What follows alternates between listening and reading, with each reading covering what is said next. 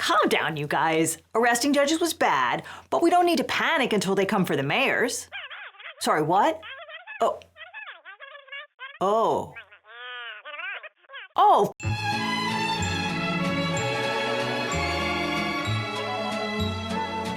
Thanks, Donald. Last Friday, immigration officials arrested Newark, New Jersey's Mayor Ras Baraka outside of an ICE detention facility, setting off a political and legal firestorm. Get off of me! Get off of me!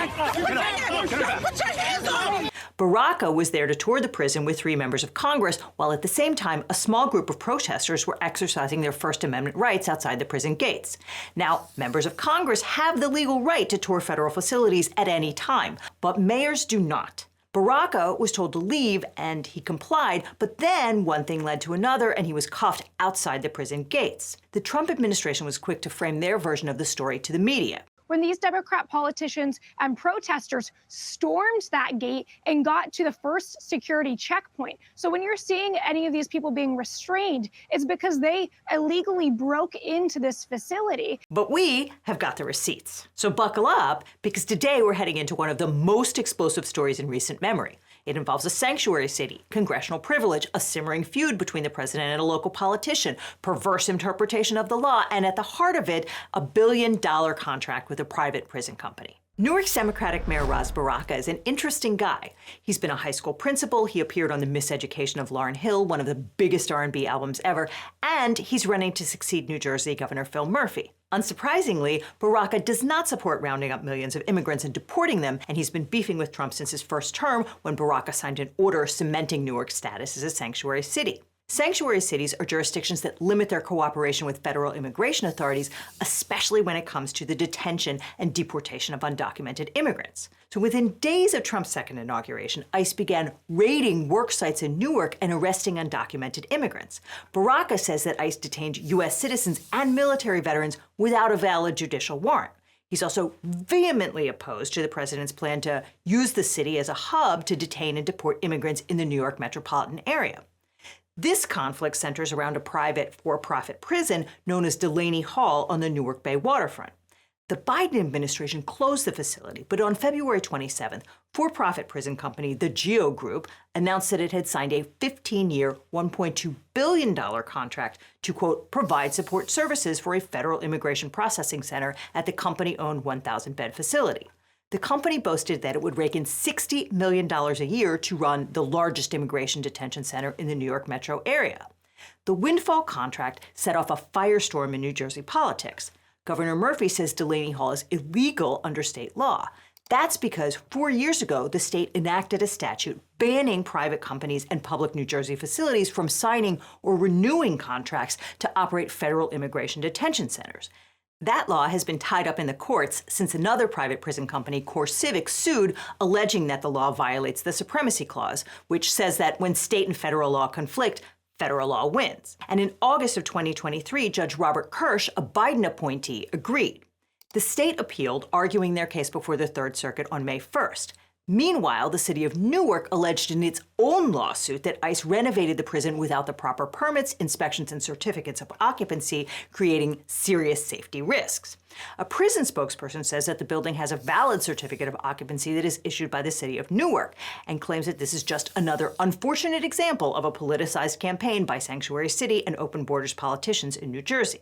The prison opened and ICE began housing detainees there. Mayor Baraka joined protesters outside Delaney Hall several times before Friday, May 9th without gaining entry. But on that day, Baraka was joined by 3 members of New Jersey's congressional delegation, Representatives Bonnie Watson-Coleman, LaMonica McIver, and Robert Menendez Jr. Representative Watson-Coleman said, "We've heard stories of what it's like in other ICE prisons. We're exercising our oversight authority to see for ourselves." Representative McIver said, "As congressional members, we have the power to conduct oversight. That's what we're here to do." It appears that Baraka went inside the gate with the representatives, but he was turned away in the facility's parking lot because he's not a member of Congress. We went inside and were there for over an hour and a half.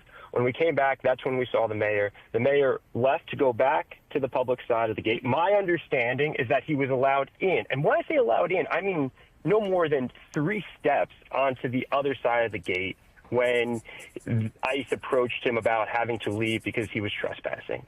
He goes, to the other side of the gate, back to the public side, right? The gate closes. Again, that's where this all should have ended. But instead, they chose to open the gate back up, leave the ICE area to the public side, and that's where they arrested him and put him in handcuffs. Representative Coleman said that someone on the phone with ICE officials ordered them to arrest the mayor when he was on his way back to the public side of the prison. He was invited inside of the gate to have the conversation.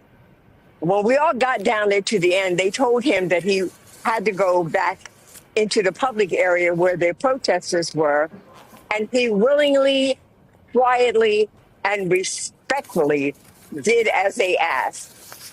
They were talking to people on the phone, and we finally heard, okay, we're going to arrest the mayor. So what stands out from those accounts is that ICE allowed Baraka into the parking lot and then told him to leave, which he did. So they say that ICE agents followed Baraka to the public side outside the gates where protesters had gathered and arrested him, and the footage does seem to confirm it. I mean, here you can see Baraka voluntarily leaving after a conversation with a federal official in a jacket that has a Homeland Security logo. And then Representative Menendez walks over to the gate and says that ICE is going to arrest Baraka. They're talking about coming back to arrest you. And then Baraka says, I'm not on their property. They can't come out on the street and arrest me. Minutes later, several ICE agents, some of them wearing face masks, surrounded Baraka and others on the public side. And as protesters shouted, shame, Baraka was dragged back through the security gate in handcuffs. So the representatives who witnessed the arrest also describe a scuffle outside the prison gates. They say the officers roughed them up. The officers then moved the mayor to a Customs and Border Protection office a few miles away. He was released around 8 p.m. So if the federal government was planning on charging Baraka with trespassing, then this is probably a weak case.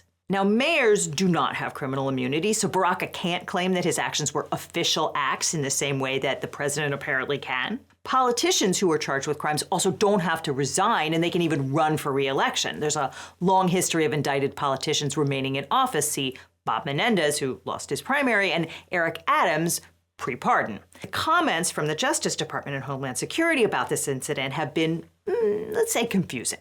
DHS put out a statement saying, today, as a bus of detainees was entering the security gate of Delaney Hall Detention Center, a group of protesters, including 2 members of the U.S. House of Representatives, stormed the gate and broke into the detention facility. Representatives Robert Menendez Jr. and Bonnie Watson Coleman and multiple protesters are holed up in a guard shack, the first security checkpoint. 80-year-old Bonnie Watson Coleman, the lady we just watched describe what happened, busted into the prison and holed up in a guard shack. Like, maybe she was fixing to break those immigrants out of jail? That statement is written as if the situation was ongoing, like the representatives and protesters were still refusing to come out of the shack. But I would note that no protesters other than Baraka were arrested. DHS spokeswoman Tricia McLaughlin then went on CNN to say, quote, we actually have body camera footage of these members of Congress assaulting these ICE enforcement officers, including body slamming a female ICE officer. Is Bonnie Watson Coleman in the room with you now, Tricia? Blink twice if you're being body slammed.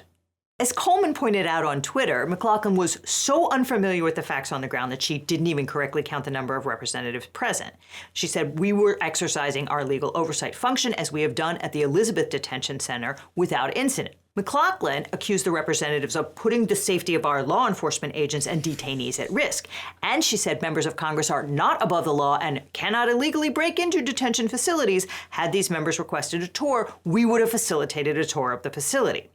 Representative Menendez helpfully pointed out that members of Congress do not have to break into an immigration facility to conduct oversight thanks to this federal statute that empowers them to enter. And Representative McIver flagged the part of ICE's own policy, which specifically says members of Congress do not have to call ahead and make an appointment, which is probably why they did in fact get a tour of the facility. And they were inside for 90 minutes, which is not storming the facility. Baraka said, there was no bus of detainees there at all.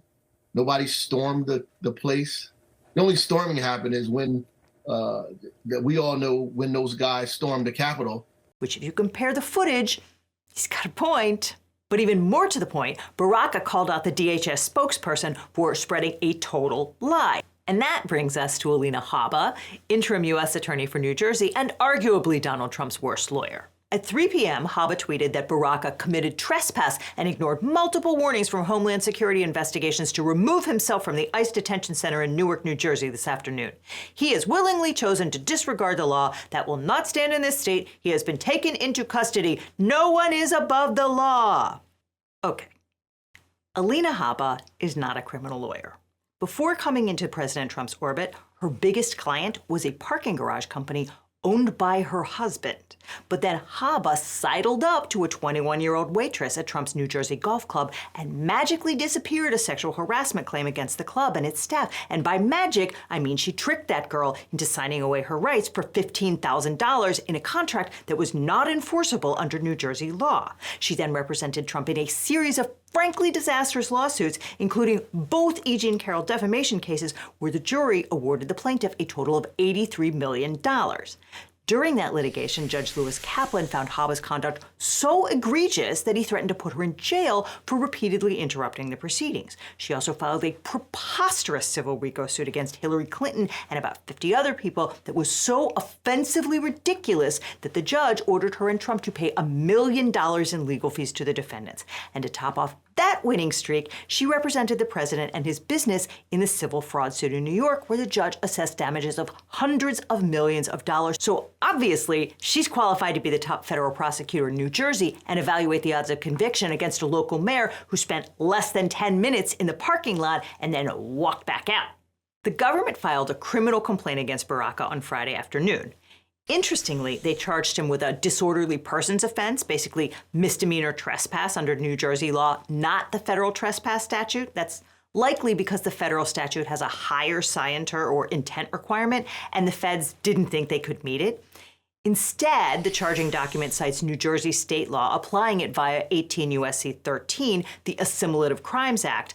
Basically, that means that if someone violates a state law on federal land, they can be prosecuted for it in federal court. Trespassing on federal land is typically charged under 18 U.S.C. Section 1752, which makes it a crime to knowingly enter or remain in a restricted area without lawful authority, particularly when that area is secured due to the presence of a protectee of the U.S. Secret Service or used for government operations. The term restricted buildings or grounds includes a building or grounds designated as a location of national significance. So a federal prison fits the bill. Section 1752A also allows for additional charges for disruptive conduct, conduct impeding official functions, or assaulting or impeding law enforcement officers during trespass. Obviously, Trump's DHS is eager to charge the three members of Congress, and it certainly sounds like they are considering charging them with assault or disorderly conduct under Section 1752. But to convict someone under Section 1752, the government must prove that the defendant knowingly entered a restricted area, that the defendant knew the area was restricted, and that the defendant did not have the lawful authority to be there. So that's become a central charge in cases involving breaches of federal buildings or perimeters.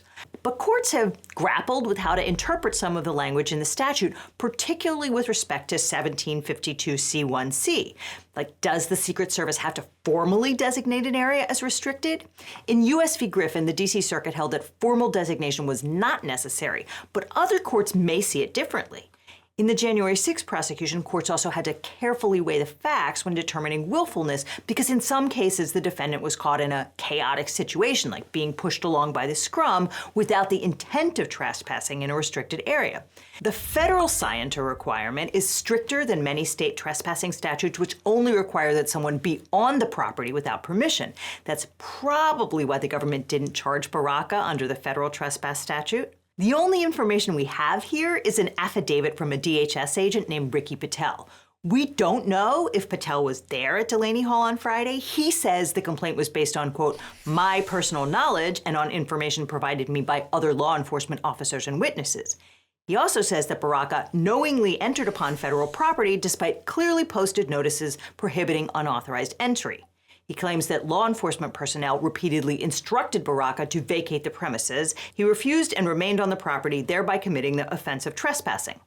That's all they've got. And It sure doesn't look like what we've seen in the video. I mean, maybe all those ICE officers on the scene were wearing body cams, which will tell a different story. Based on Agent Patel's affidavit, they're charging him under New Jersey Statute 2C-18-3B, which applies to a defiant trespasser. It says a person commits a petty disorderly person's offense if, knowing that he is not licensed or privileged to do so, he enters or remains in any place as to which notice against trespass is given by 1. Actual communication to the actor, 2. Posting in a manner prescribed by law or reasonably likely to come to the attention of intruders, or 3. Fencing or other enclosure manifestly designed to exclude intruders. The most interesting thing about this document is what is not in it, because the government doesn't allege that Baraka resisted arrest or obstructed them in any way, just that he was on the property and refused to leave.